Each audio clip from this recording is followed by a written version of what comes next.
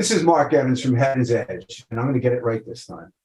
You are listening to the Brutally Delicious podcast. Keep rocking, people. 1, 2, 3, 4.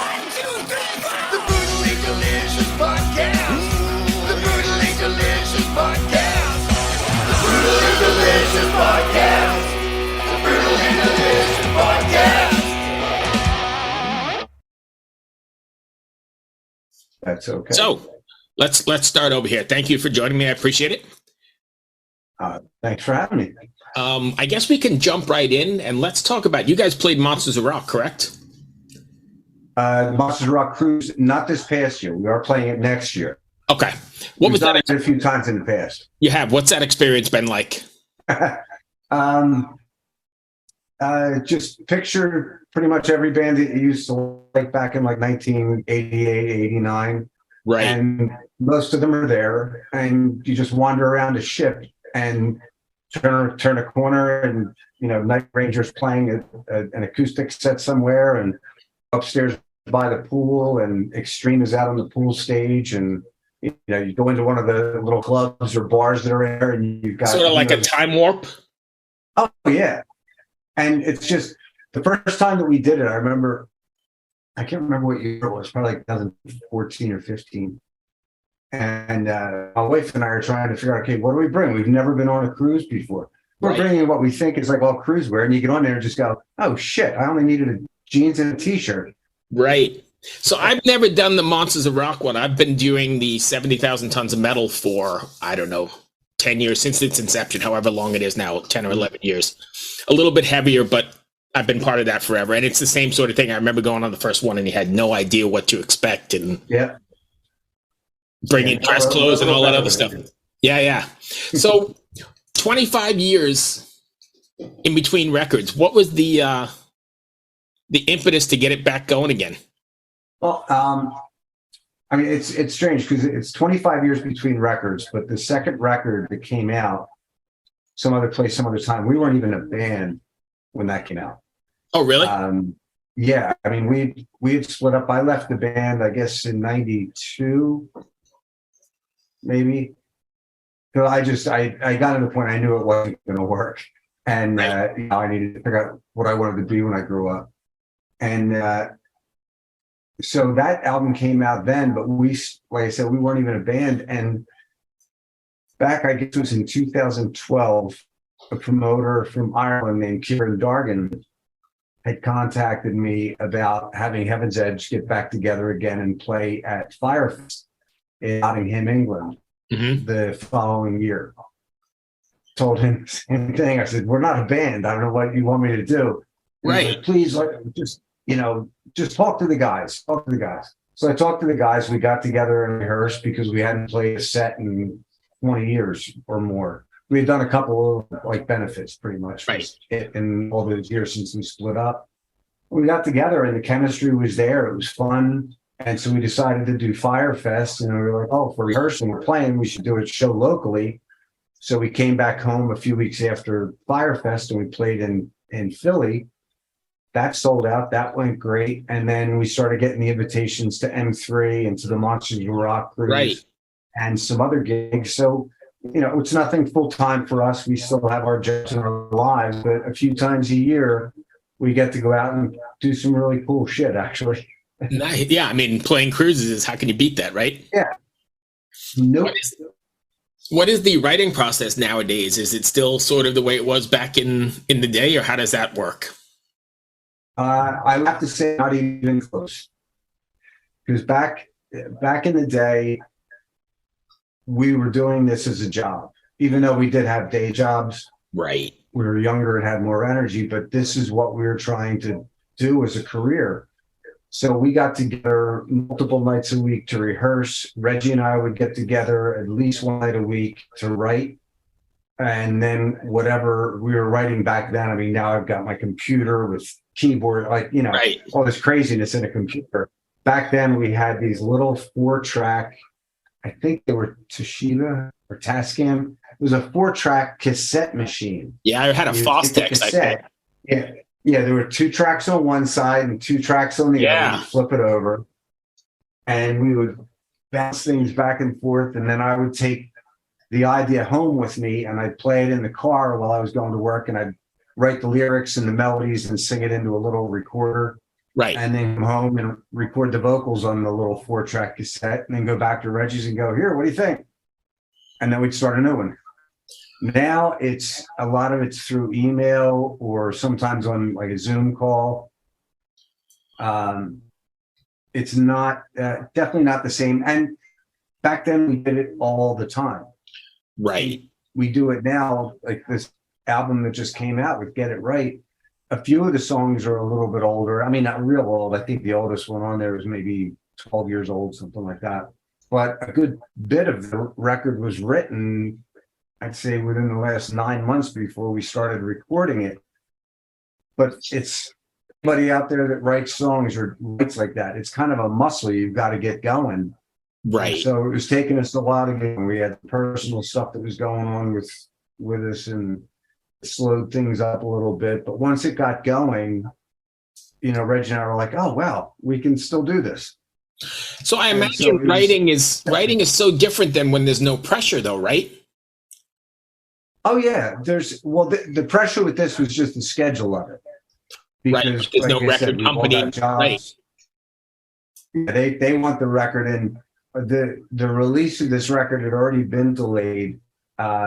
I had fallen pretty ill a couple of years ago, and I was out of commission for a few months, and that kind of backed things up because I couldn't write, I couldn't do anything. So once I get back on track and got my health back, which took a while, we were able to kind of get things rolling again. But when it's not something that you do every single day, every single week, right?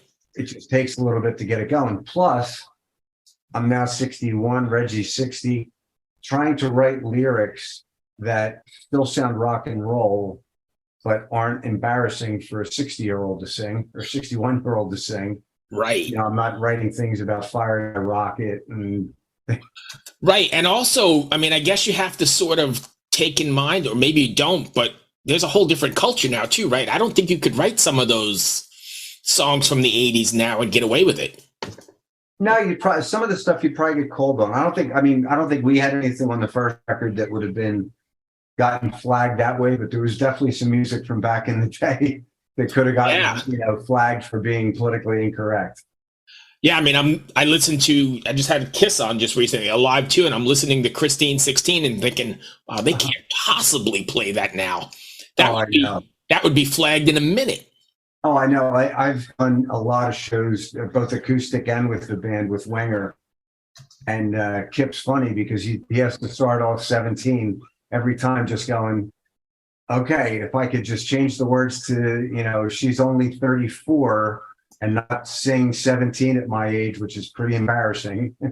That's funny you mentioned that, because I've often thought about, I haven't seen them live, you know, since back in the day, but I've always wondered, you can't take that out of the catalog or the live show. No. People want to hear it, but he just kind of gives a little caveat ahead of time. Yeah. Yeah, it's definitely a different world we live in. Are you planning on taking this out on the road at all with you guys in, you know, regular jobs and doing that thing, or is this sort of a weekend warrior thing maybe? This will definitely be more of the weekend warrior thing, because it would be too hard for all of us to coordinate anything. I mean, the Monsters of Rock cruise is probably the longest thing that we take off for a week for that. But other than that, it would be just too difficult logistically to get all of this together. So, you know, we'll do the weekend warrior, the one-off things here and there. Like I said, it was just announced we will be on the Monsters of Rock cruise next year. In 2024, we've got a show in Frenchtown, New Jersey coming up the end of August. We're going to be in Germany actually in the beginning of September. Oh, nice. Yep. And then we're doing the New England Festival in early October 7th, something like that. Us and Firehouse and might have been Vixen, I forget. But a really good lineup for that. Right. And we've got a bunch of other stuff we're working on, including a local date across the bridge in Philly sometime in the fall. What does a Heaven's Edge crowd look like these days? Because I imagine it's multi-generational, right? Like people like myself bringing their kids, maybe even grandkids at this point. Yeah. it actually is very multi-generational, and it's funny if you've seen the video that we had put out for the song "What Could Have Been." We filmed that live at the Brooklyn Bowl in Philadelphia earlier this year, and it's funny because you see the people that are out there that are our age, people that are a generation younger than us, and then you also see there's two young boys that Right. probably like, I don't know, 10, 12 years old, something like that. I don't want to insult them, make it seem like they're too young. But these two young kids just rocking out right up front of the barricade. Yeah, that's great. Awesome to see. I know I go to shows now and I'm like, wow, this is so amazing. It just gets passed down, generation to generation, and you take your kids and from there. Yeah, I mean, and there's also a lot of whatever you call them, the Gen Xers or whatever that come out, or Gen Z, I don't even, Right. whatever the younger people. Right. Out. Along with even our new bass player. He's a perfect example of it. Our new bass player, we brought him in after Gigi had passed. Right. And Jaron was just this great guy, super talented. We figured, give us a little bit of young energy, but he said, I think Jaron is 33 or 34 years old now. I met him 10 years ago or more, and he knew who the hell I was. He's like, oh no, I'm a big fan. I'm like, you're old enough to be my kid. Right. His parents had him listening to that kind of music. And, now Jaron, because he was raised listening to that kind of music and being into it, is now in Heaven's Edge, and he's also in Lynch Mob. Nice. You mentioned it, and it was sort of on my list, but was it difficult to try or was it difficult to carry on after Gigi's passing? Yes. Oh, yes and no. Let me put it this way. It was very difficult after all these years of sharing the stage with George and sharing everything that we went through over all these years, the good and the bad. And right, you were in the trenches. Yeah. So there's definitely a brotherhood that happens when you go through all that. And so we knew when George passed that we still had Monsters of Rock cruise that was scheduled to come up. Right. And so we had a decision to make. Do we want to just, end this, or do we want to carry on George's legacy and our legacy and go out there and try and keep this music going? And the more we thought about it and talked about it, we thought that's exactly what George would want us to do. He would not want this to stop. And wherever up there he is looking down on us, I hope and I believe that he is smiling. The thoughts of George go into everything we're doing, the going out and performing live, or when we were in recording the album. Okay. He'll always be a part of the band. Yeah, sure. Was it difficult to find a replacement, or did that come fairly easy? Because I had already known Jaron, once we decided to go in a little bit of a younger direction, it made it easy. He came in. I literally, he's also in a band Tantric, or was. Oh yeah. One second. I'll just let him come in. My dog is bugging to come in the room. Oh, that's fine. I'm shocked mine's not barking at the moment. So come on in, Benny. All right. You have a seat there, buddy. Now you're gonna bug to go back out, aren't you? What kind of dog? He is a Cimarron. Okay. A big dog. Yeah, I've got a Great Dane in the other room. Oh, okay. Another big dog. Mine's not that big, but he's probably about 90 pounds. Oh, okay. But he's an old guy. He's a senior. Oh yeah. Yeah. Ever wonder what a punch from Elton John feels like? Or how you'd cope with having turned down the chance to be in Nirvana? Or what signal Keith Richards gives when he wants you to get the hell out of his hotel room? Fans of Too Much Effing Perspective don't have to wonder, because they've heard these exact stories and a jillion others on our podcast. I'm Alex Hoffman, former tour manager for Radiohead. And I'm musician and comedy writer Alan Keller. On the TMEP show, we get guests like Nancy Wilson from Heart, Jeremiah Freites from the Lumineers, and Modern Family's Julie Bowen to tell us things they may have only shared with their therapist, clergy, or a TMZ stringer. So join us on Too Much Effing Perspective. That's EFFING Perspective. the only podcast you crank up to 11. Anyway, yeah, so we were saying it was not too difficult to find a replacement then. No, because I'm a bass player myself. That's what I started playing bass. That's how I got into music, and that's what I did until I still play bass in other bands. But until when Heaven's Edge started, we decided I shouldn't be playing bass. Right. But I know a bunch of other bass players from the area, and yeah, a few things to consider. First off, I'm friends with a lot of these guys, and if I ask one guy, the other guy's going to go, "Why not me?" Oh yeah, I didn't even think of that, but yeah. And then on top of that, with Jaron, he's a young guy, but he's got an old soul. He's got the same kind of work ethic that we had back in the day. Right. And in fact, like I said, he was in Tantric. I still plays with them here and there to fill in. But I sent the guys in the band, I sent like about a 30-second clip of him on stage live with Tantric, and they were like, Right. "Looks great. When can we rehearse?" I contacted Jaron. He was just like, when I first asked him about it, he was like, Right. I'm being punked, right? And so he was into it, and he came down and rehearsed. And after the first rehearsal, I remember Dave looking over and looking at me and just going, "Hit a home run with this one," because he just fit very easy. Nice. So when you guys were writing for this record, were you able to? You're close to each other. Were you able to get in like the same room and write the songs? Or? With some of them, like I said, because of technology, we were also able to a Zoom call, or if I've got a guitar riff or something like that, I record it on the iPhone, Right, and text it over to Reggie, and see if that sparks an idea with him, or he'll do the same thing with me. A lot of it, we are taking advantage of the technology, though. A few of the songs we did get together, and I wish we could get together more, but we work a lot. Reggie, we both work different hours. I'm very early in the morning. He works into the night.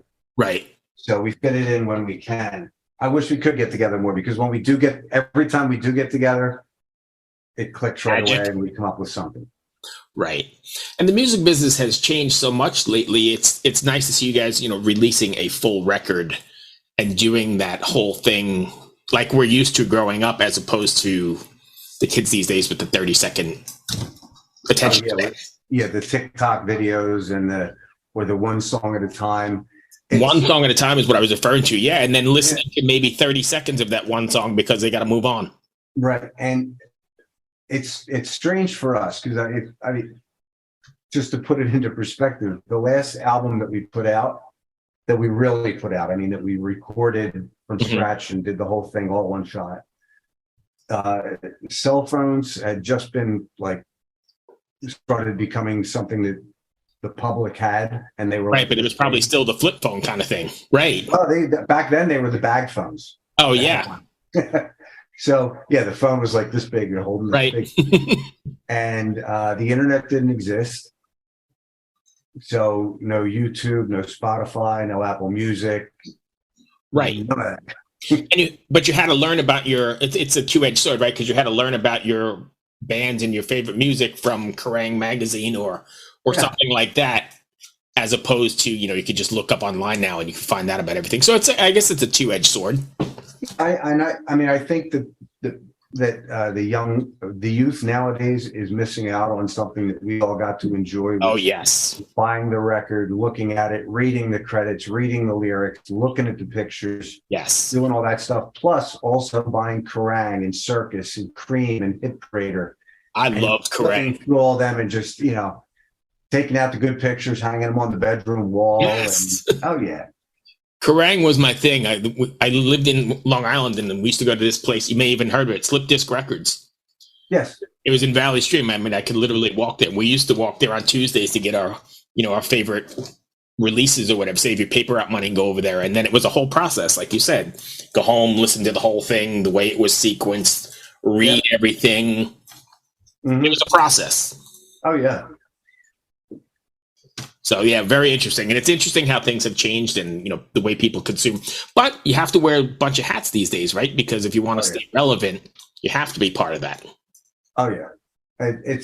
we're fortunate. Our drummer is in the record business, so he does have an understanding of it. And then, like I said, we've got Jaron. He's younger, so he understands. Right. He's probably really hip on it. Yeah. Yeah. So what do you guys have next then? I know you said you're doing some weekend stuff, more singles. Is that the game plan? We've got a couple of songs that are probably going to come out later in the year that were not on the record. Oh, nice. We're trying to keep up with what the business is now, and Yeah. try in between the records, you have to throw some little, things out there to try and keep the interest going. Right. But we've got some stuff that should hopefully come out later this year before the next record. Reggie and I are in the process of getting things going with writing for the next record. There's just a lot leading up to getting this one out. So now So there is going to be a follow-up?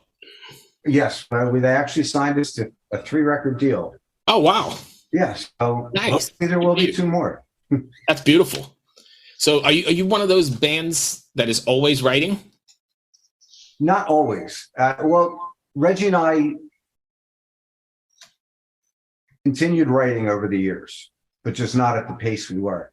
When Right. it came time for this record here and that we needed the songs, and we had to get back to writing really seriously writing all the time. Before then, we were just writing for the fun of it. If I had an idea in my head or Reggie had an idea, it didn't even matter if it sounded like Heaven's Edge. Just, here, I got this idea. So how many of those songs that were on this record were conceived that way?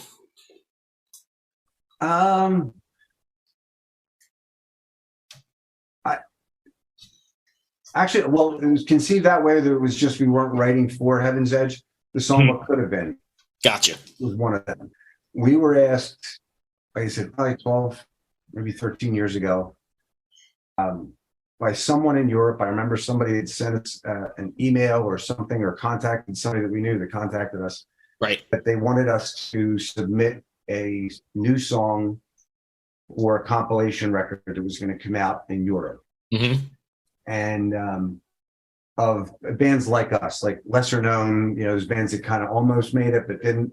Right. They wanted to feature the singers from those bands, so it was going to be myself and then other singers. I don't remember who they were. Right. And so Reggie and I got together and we wrote What Could Have Been, and we finished writing the song, finished recording it, and went, "No, we've got to save this for something else. We'll send them something else.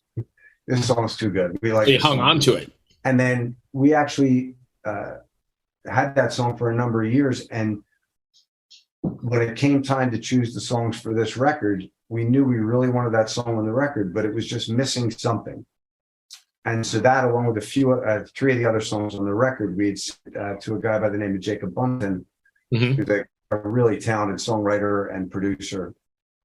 And we sent it out to him just to see, like, here, do you hear anything? Like, to tweak something or change something. Right. And a few days later, he re-recorded the song completely.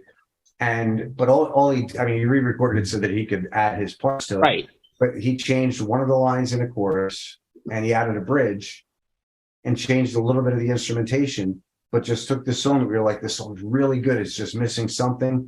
And he knew exactly what it was missing. He said, that's what's on the record. And I was like, holy shit. That's it. Right. That's what made the record then. That's great. Yeah. Yeah. We were kidding around that we found our Mutt Lang, our silent 6th member, the silent, Nice. the secret weapon. That runs me to the end of my questions. Did I miss anything you want to cover? If fans want to find you, Heaven's Edge. Yes. Heavensedge.com. We were on Facebook. We were on Instagram. We were on Twitter.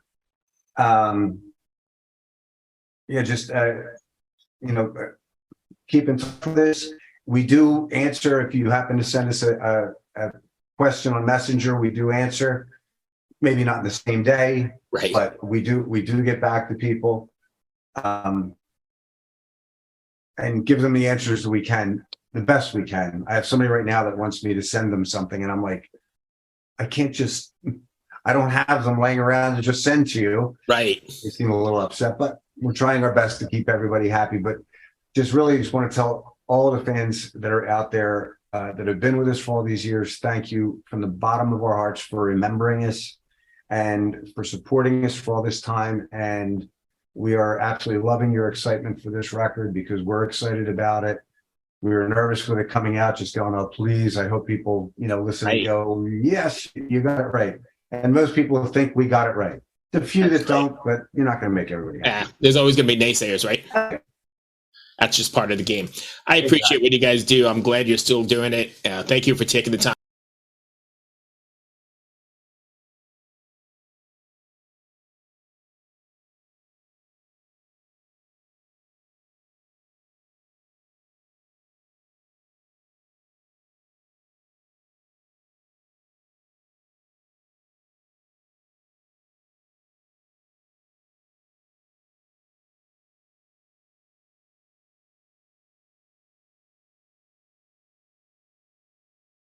Thank you very Good much. luck with the record. Hopefully we'll catch you around here sometime. Where you out of now? Richmond, Virginia? Richmond, Virginia? Yeah. Hopefully. If not, maybe next time we're down at M3, it's not that far for you. Yeah, no, I know you were talking about Firehouse. Bill's been on the show a couple times. He's actually been over and done some things with me over here, so he's not far from me at all. Oh, awesome. Yeah, great. Yeah, super guy. All right, man. We're playing with him again in October. Can't wait. Yep. Be well. Take care. Good. Bye-bye. All right, bye.